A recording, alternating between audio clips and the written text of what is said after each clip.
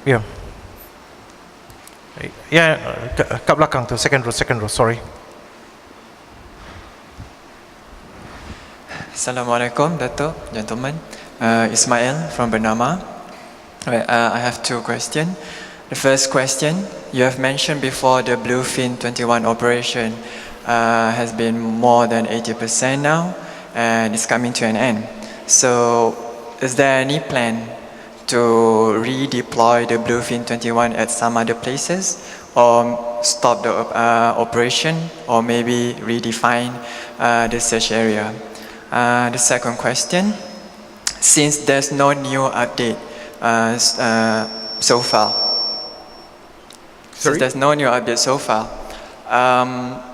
when will the SAR operation be regrouped and reconsidered as mentioned previously? Thank you. Yes, the quotation came from Prime Minister Abbott, where we need to regroup and re-strategize, but not immediately. We still have the 20% area that is to be covered by Bluefin 21, and I can confirm that in fact we are increasing the assets that are available for deep sea search. I was a bit late today for the PC because I was in consultation with Petronas, because that involves commercial ventures, and in the next few days we'll be talking to other entities to look at the possibility of increasing the assets for the next phase. The timeline I have to discuss with Angus Houston, but it will not be in the next few days. What is more important is that the search continues, and this is an assurance that we will give to the families of the passengers. All right. Next question. Yes, please, sir. Assalamualaikum, Dato Seri. Salam. Muhammad Hamizah dari Berita Harian. Soalan pertama saya, Dato Seri, ada surat yang dihantar dari keluarga penumpang yang minta siasatan dipanjangkan hingga ke Kandahar. Ada Dato Seri terima surat, ada report mengatakan untuk diperluaskan kawasan sehingga ke kawasan lain? Saya secara peribadi tak ada terima surat berkenaan, tetapi okey, tidak ada terima. Okey, soalan seterusnya, Dato Seri.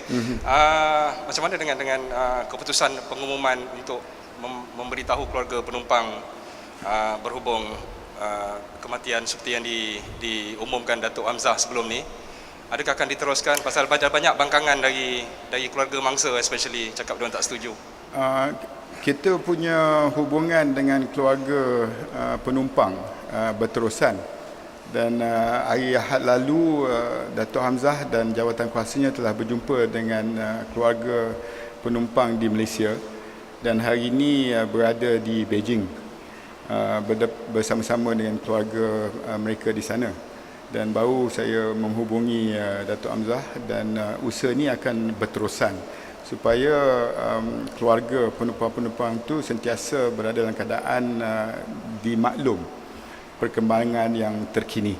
Sebab itu saya menyatakan tadi bahawa dalam usaha kita nak meneruskan carian ini, jangan dengar spekulasi bahawa SAR akan dihentikan, kerana apa yang kita lakukan sekarang ialah untuk perhebatkan lagi sebenarnya aset-aset, tetapi lebih fokus kepada tumpuan untuk carian di bawah lautan dalam, dan ini memerlukan aset-aset yang agak spesifik, dan aset itulah yang sedang dikenal pasti, dan mereka yang mempunyai aset berkenaan telah pun dihubungi.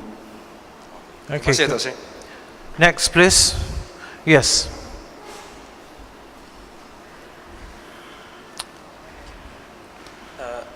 Good evening, Dato Seri. Joseph from Malay Mail Online. Could you elaborate a little bit on the team? How many members are we looking at, and have you notified your counterparts in ASEAN? What kind of expertise are we looking at? Thank you. As far as the panel of experts are concerned, the first priority is to get the memorandum approved by the Cabinet, which I did this morning. Dato Aziz will elaborate on the membership of the committee, but as far as ASEAN is concerned, we need to consult with countries that may contribute directly to the investigation. One example would be trying to negotiate with Singapore because of their Silk Air experience. And that is the sort of approach I feel makes the panel more credible, more transparent, and more effective. On the membership, Dato?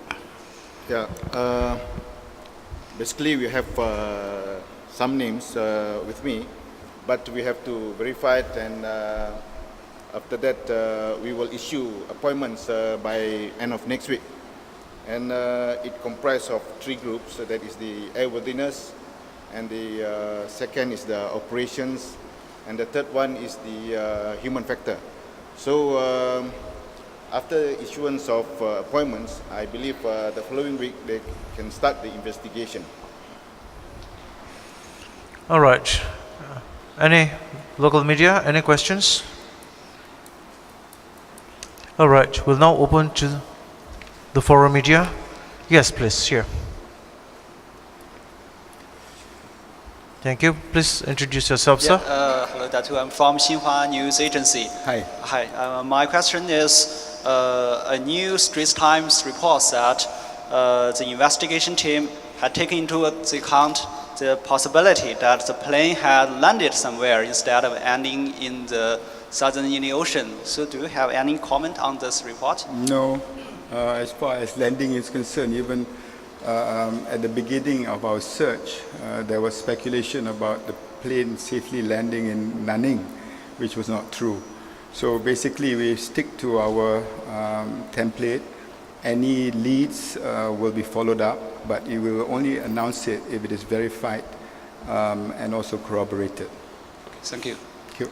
All right. Yes. Pass it over to Wall Street Journal. Yes, please. Hi, sir. Jason from Hi. the Wall Street Journal. Hi. Actually, I have 2 questions. Number one is that can you elaborate a bit about the MOU that you are supposed to sign with Australia? That's one. Secondly, apparently the Australians have recovered floating objects of one of the beach. So can you elaborate on that? And finally, there's this. The families requested that the government look at the possibility that he mentioned just now that the plane might have been Kandahar, Afghanistan, citing Russian news, citing a Russian newspaper. So, can you at least respond to those? On the third one, I think that's in the realm of speculation again, and I will not answer unless it has been verified and corroborated. As far as the understanding with the Joint Agency Coordination Center, I do get reports on a daily basis, and the MOU or the understanding really refers to the timeline and the regrouping and also the re-strategizing. It doesn't talk about stopping the search at all, but focusing on, for example, the visual air surface search, whether it is still relevant when relating to the debris that you mentioned earlier, or the underwater search. I'm not in the position yet to announce it, but on discussion with Angus Houston, we will do so jointly.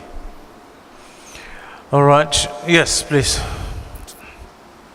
Minister Richard Quest from Hi, CNN. Richard. Nice to see you, sir. Hi. I note your comments to want to follow the ICAO procedures and protocols closely. So you'll be familiar with the requirement of a preliminary report under Section 7.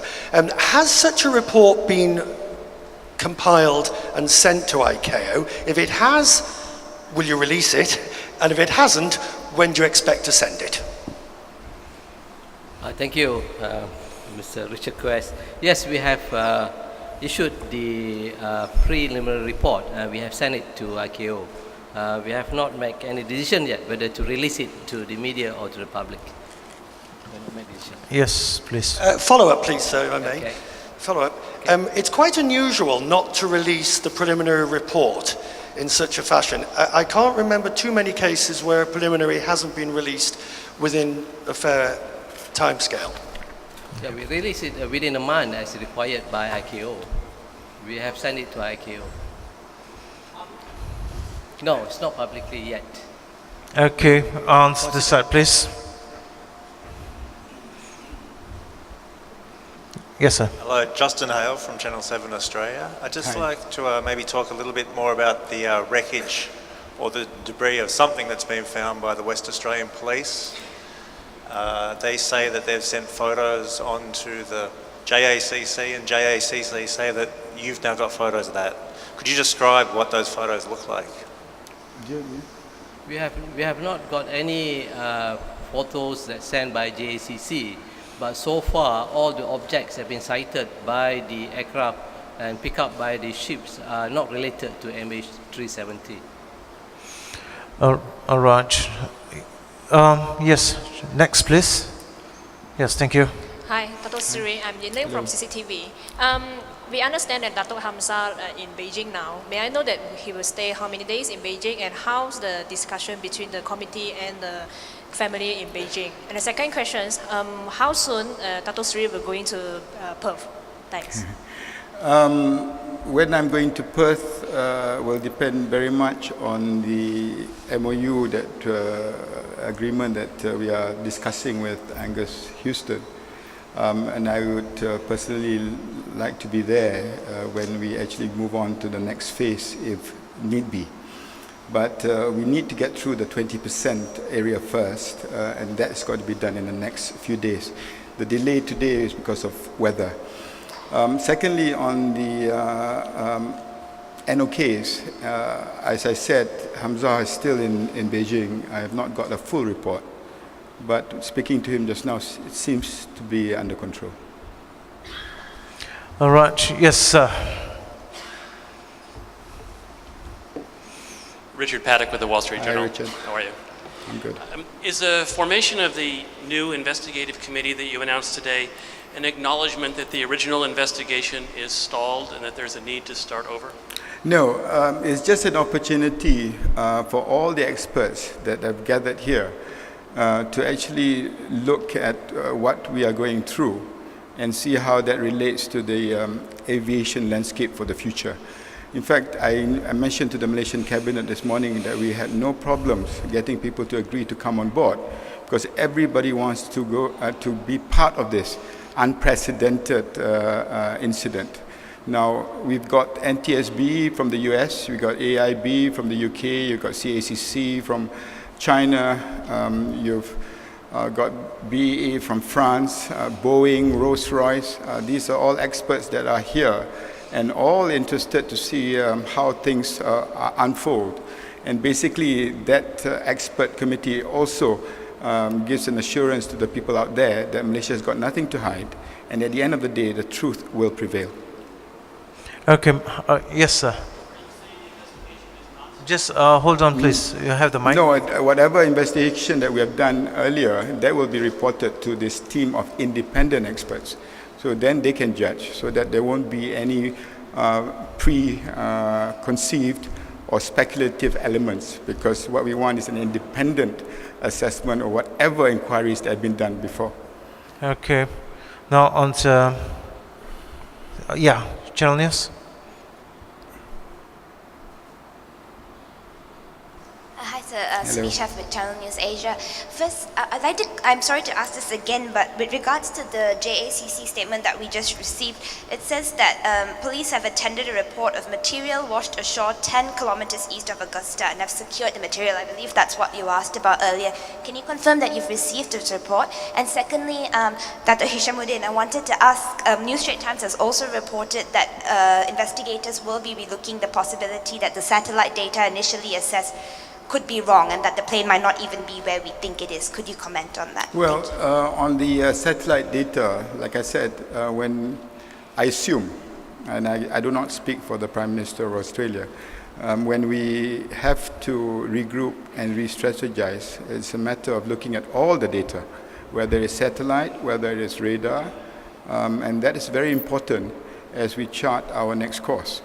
And here, the experience by the Silk Air crash and the fact that Jean-Paul Trodec will be in town next week with a 2-year time frame which they took to find the black box for the Air France crash. Those are the sort of things that we'll be looking at in identifying the possibility of other locations. But that will be part and parcel of the whole work in progress. Okay, last. Yes, we have received the report from the Australian ATSB of the plastic sheet that was ashore, but that's not been verified yet as a part from the aircraft. So yes, we have received the report, but we have not received any verification, any confirmation that that is part of MH370. Okay, last questions. Yes, Mengenai. Please, could somebody pass him a mic, please? No, the gentleman behind, please. Thank you. Mani from Bloomberg. None of the reports or the investigations will be made public at this moment. Will you all eventually make all this public? Definitely. I think with the public interest globally, I think there's no way that we can avoid from making it public.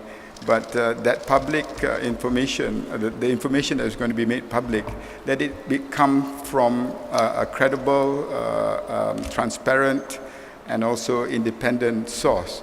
And that is why the panel of experts that we have assembled and approved, provided that Aziz makes the appointments next week, they will then be in a position to indicate when it will be made public. But the inquiries that have been going on, the investigations that have been carried on, the whole journey from the first lead that we received, all that will be taken into account during the inquiry. How much has the SARS operation cost Malaysia so far? Okay, that will be the last question. I have not, again, I keep repeating, no, I have not seen the dollars and cents. And basically, as we move on to the next phase, I'm also very happy to note that countries that were not able to participate in the earlier search are now coming forward to help us with the next phase. This requires deep sea assets. This requires more probably bluefin 21s. This requires probably submersibles that will be very, very expensive. But again, I'm heightened by the fact that there's so many people out there who are interested in coming on board. And this is what we've been doing in the last few days. And only a few hours ago, dealing with Petronas, they had no hesitation at all, and they did not talk about dollars and cents in trying to find new assets for the search. Thank you. Okay, ladies and gentlemen, that concludes the session for today until we meet again. The next PC will be informed, will send out through email blasts and of course through our WhatsApp and SMS.